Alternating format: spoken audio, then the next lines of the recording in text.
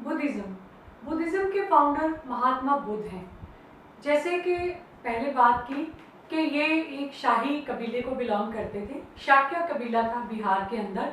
उसके मुखिया थे सुशोधन। सुशोधन जो है ये महात्मा बुद्ध के पिता हैं। महात्मा बुद्ध, इनका असली नाम, इनका बचपन का नाम सिद्धार्थ है और इनका जन्म लुम्बिनी नाम की जगह पे हुआ। इनकी माता महामाया महामाया जो है अपने मायके जा रही थी जब इनका जन्म होने वाला था।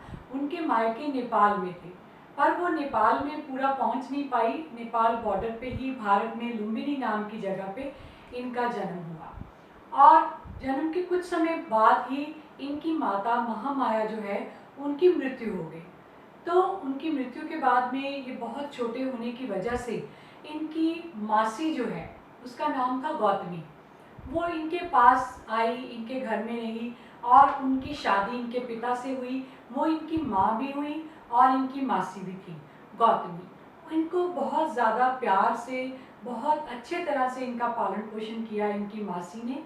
तो इसलिए इनका इतना ज़्यादा लगाव होने की वजह से इनका नाम जो है सिद्धार्थ से गौतम पॉपुलर हो गया। गौतमी से गौतम। और गौतम जो है ये पूर्ण शाही जो इनका पालन पोषण हुआ, पूरी की पूरी फैसिलिटीज़ इनके पास में थी जो एक राजा के पास में होती हैं।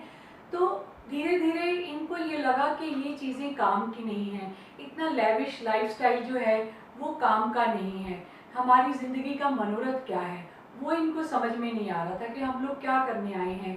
इतना खाना पीना, बढ़िया कपड़े पहनना, ये सब जो है इसके अलावा क्या हमारा लाइफ का मोटिव होना चाहिए कि क्या चीज़ है, असलियत जीवन की क्या है। तो ये इस बात के लिए थे। इन द मीन टाइम इनकी शादी कर दी गई। इनकी शादी जो है कर दी गई, पर फिर भी ये अपने घर में इतना ज़्यादा अटैच्ड नहीं थे। तो इनके घर में एक लड़का पैदा हुआ और उसका नाम इन्होंने राहुल रखा। राहुल मतलब बंधन, कि ये मुझे बांधना चाहता है परिवार के साथ में। बट लेटर ऑन इनको जब लग रहा था कि मैं घर में नहीं रह सकूँगा, घर में रहना मेरे लिए पॉसिबल नहीं है, मैं घर से छोड़ूंगा, घर को छोड़ूंगा, घर से निकल जाऊंगा तो ही मेरा मनोरथ पूरा होगा। तो फाइनली इन्होंने डिसीजन ले लिया और एक रात अपनी पत्नी और सोते हुए बच्ची को छोड़ के, उनको एक बार देखा पीछे मुड़ के और फिर चले गए हमेशा के लिए। और ये जो है इनका महात्याग बोला जाता है कि परिवार को इन्होंने त्याग दिया। इनके जीवन में हम चक्र मानते हैं। जो इनका जीवन भी है, जो फर्स्ट डे है इनका, जो इनके बर्थ का डे ऑफ बर्थ, वो भी एक चक्र माना जाता है। महाचक्र परिवर्तन जो है ये माने जाते हैं कि ये बहुत ज़्यादा नई नई चेंजेस जो आई, ये एक बहुत ज़्यादा प्रभावशाली व्यक्ति थे। आगे बढ़ते गए ऐसे ही जैसे महावीर जैन का जीवन था, ऐसे ही इन्होंने भी कई व्यक्तियों को अपना गुरु धारण किया, उनसे बातचीत करने की कोशिश की कि मैं कहाँ जाऊँ, मैं कैसे ज्ञान की प्राप्ति करूँ। तो कईयों ने अपने अपने तरीके से बताया कि आप जंगल में बैठो, तपस्या करो, आप खाना पीना छोड़ दो। इनके साथ में 4 साधु थे, उनके साथ में इन्होंने कुछ देर तपस्या की, पर इनको कुछ सेटिस्फेक्शन नहीं मिला। वो ऐसे ही लगे रहे, ये उनको छोड़ के आगे निकल गए। उनको ये लगा कि ये इतना समझदार नहीं है, तो ये आगे चले गए। फिर कुछ और साधुओं से मिले, but he was not satisfied at all. Finally इन्होंने डिसाइड किया कि मुझे अपने आप में कुछ ध्यान लगाना है, देखना है कि ये जीवन की असलियत है क्या। तो बिहार में ही एक नदी है, निरंजना नदी, उसके पास में एक पीपल का पेड़ था। वहाँ पे जाके ये बैठ गए। इतना भटक के आ रहे थे, अलग अलग जगहों पे घूम घाम के आ रहे थे, कई दिनों से खाना नहीं खाया था, भूख बहुत ज़्यादा लगी हुई थी। तो एक सुजाता नाम की लड़की वहाँ आई, उसने इनको चावल और दूध ला के दिया। तो वो चावल और दूध जो है वो इन्होंने पी लिया और उसके बाद में उस पेड़ के नीचे बैठ गए। कुछ दिनों के बाद में ये माना गया कि इनको जो है वो ज्ञान की प्राप्ति हो गई, ये बुद्ध हो गए। Buddha means fully enlightened person, पूर्ण ज्ञानवान व्यक्ति। तो ये बुद्ध के नाम से आगे चल के प्रचलित हो गए। तो इन्होंने जो अपना ज्ञान है उसको आगे बांटना चाहा। ये वहाँ से चल पड़े गया। गया नाम की जगह थी जहाँ पे वो नदी थी, निरंजना नदी, और वहाँ जो पीपल का पेड़ है उसके नीचे ये बैठे। गया से फिर चल के सारनाथ पहुँचे। वहाँ पे इनको वो 4 साधु मिले जिनके साथ में कंपनी इन्होंने की थी और छूट गए थे उनसे। उनको अपना सबसे पहला उपदेश दिया कि जीवन जो है उसकी कुछ सच्चाइयाँ हैं, हमें उन सच्चाइयों को फॉलो करना पड़ेगा। हमें अगर जीवन को दुखों से निपटारा करना है, छुटकारा डालना है, तो वो सारा का सारा हमें अष्ट मार्ग पे चलना होगा। महावीर जैन के बारे में जो मैंने पहले बताया है आपको कि 4 सच्चाइयाँ ये महात्मा बुद्ध की हैं। उन्होंने त्रिरत्न, 3 ज्वेल्स का सिद्धांत दिया। इन्होंने 4 सच्चाइयाँ कि इंसान के जीवन दुख से भरा है, दुख का कारण इच्छा है। इच्छा को अगर हम दुख को खत्म करना चाहते हैं, इच्छा को खत्म करो, और इच्छाओं को खत्म करना है तो अष्ट मार्ग पे चलिए। अष्ट मार्ग क्या है? 8 प्रिंसिपल्स हैं जिनको आपने अपनाना है लाइफ में, तो आपकी ज़िंदगी सही ढंग से चलती जाएगी। वो क्या है? सही विश्वास। सबसे पहले आपका फेथ होना चाहिए, राइट फेथ होना चाहिए कि ये नहीं आप उड़ते उड़ते सोचे ये ठीक है, हो सकता है, ऐसे नहीं। अगर आप किसी काम को कर रहे हैं तो उसमें आपका फेथ होना चाहिए, और राइट फेथ आप रखिए, राइट चीज़ को चुनिए और उसमें फेथ रखिए। उसके बाद में राइट डिसीजन, सही निर्णय। अगर आपके सामने सिचुएशंस आती हैं तो आपको सही निर्णय लेना है। आपको कई बार पता भी होता है क्या सही है क्या गलत है। कोई ऑब्लाइजिंग के लिए या किसी कॉम्प्रोमाइज़ के लिए आप गलत रास्ता चुनते हैं, गलत निर्णय लेते हैं, ऐसा नहीं करना। अपना सही डिसीज़न लीजिए। उसके बाद में सही वचन।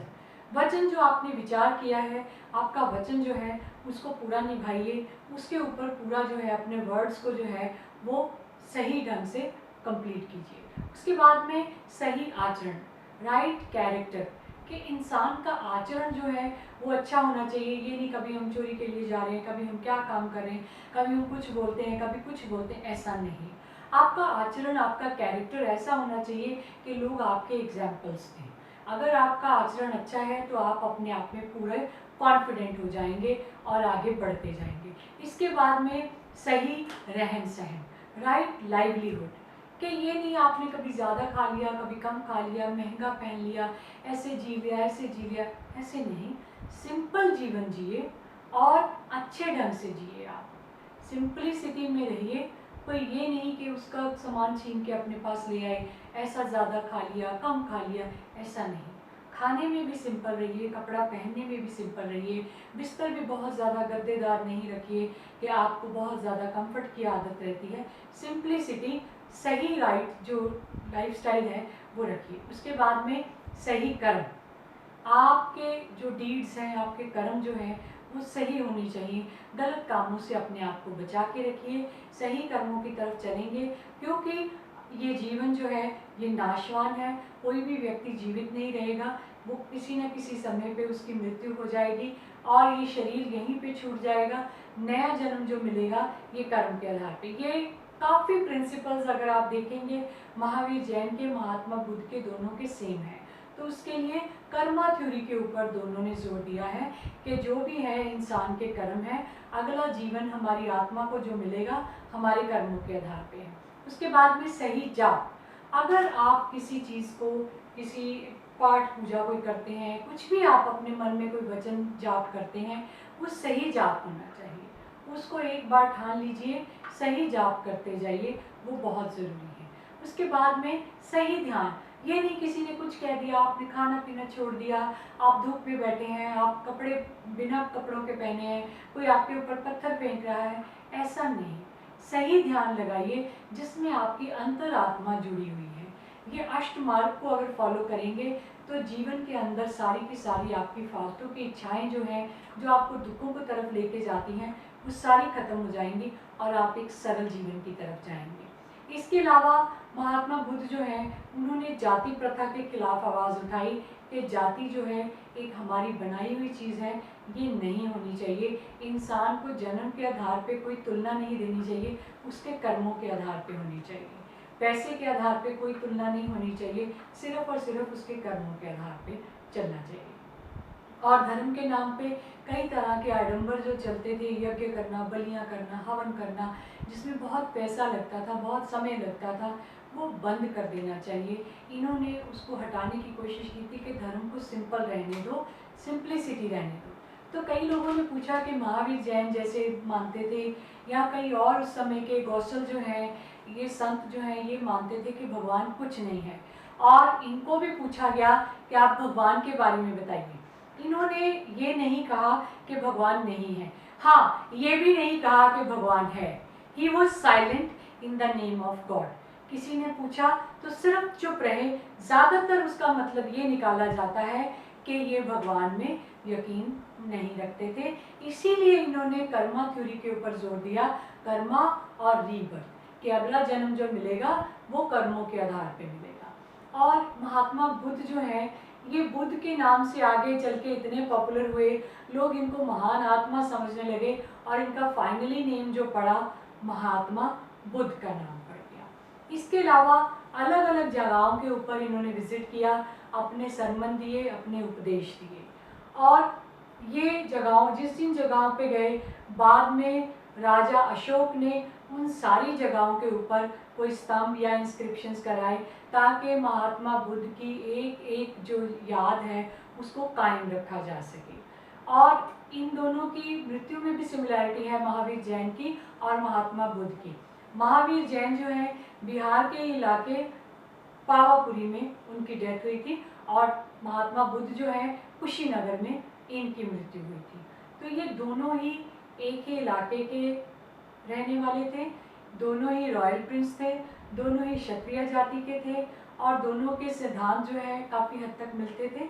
जो महावीर जैन है, जैन धर्म के संस्थापक कई लोग इनको कहते हैं, बट अगर हम जैन धर्म का इतिहास देखें तो इनमें जो गुरु हैं उनको तीर्थंकर कहा जाता है। तीर्थंकर में जो पहले तीर्थंकर माने जाते हैं वो ऋषभ माने जाते हैं।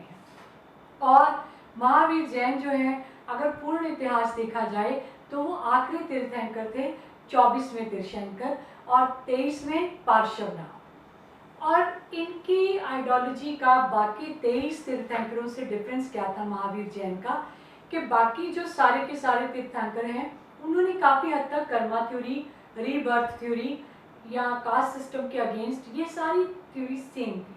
बट पार्श्वनाथ तक जैनिज्म में सबका सिद्धांत ये था कि क्लोथिंग के साथ में रहना है। महावीर जैन जो हैं, इन्होंने एक नया एडिशन किया था कि इन्होंने कपड़े ना पहनने का सिद्धांत दिया था, कि इंसान का जो शरीर है वो जैसे है उसको वैसे ही रखना चाहिए, कपड़े नहीं डालने चाहिए। तो ये बाद में चल के जो जैनिज्म है ये दो भागों में बट गया, और इसमें दो भाग जो हैं, श्वेतांबर, दिगंबर। आंबर मीन्स कपड़ा। जो लोग बाद में लोगों ने कपड़े पहनने शुरू कर दिए, साधुओं ने, जैनियों ने भी, तो ये वाइट कपड़ा पहनते थे, श्वेत, सफ़ेद, श्वेतांबर। और दिगंबर जो है वो आसमान को अपना कपड़ा समझते थे कि यही हमारा कपड़ा है, वो अपने आप को दिगंबर कहलाते थे। जो श्वेतांबर हैं ये कहते थे कि हम पार्श्वनाथ तक के तीर्थंकरों को मानते हैं, और जो दिगंबर हैं ये महावीर जैन को ही पूर्ण रूप में अपना तीर्थंकर, अपना गुरु मानते हैं। जो महात्मा बुद्ध हैं उनके बाद में कई सालों तक बुद्धिज़्म चलता गया, और आगे चल के बुद्धिज़्म में भी जो है ये दो भाग हुए, डिवीजन हुए। बुद्धिज़्म के दो भाग जो हुए, हीनयान, महायान। हीनयान छोटा चक्र जो महात्मा बुद्ध की सारी टीचिंग्स को मानेगा, और महायान जो है उसका दायरा बढ़ गया, जिसके अंदर नई टीचिंग्स मिल गई।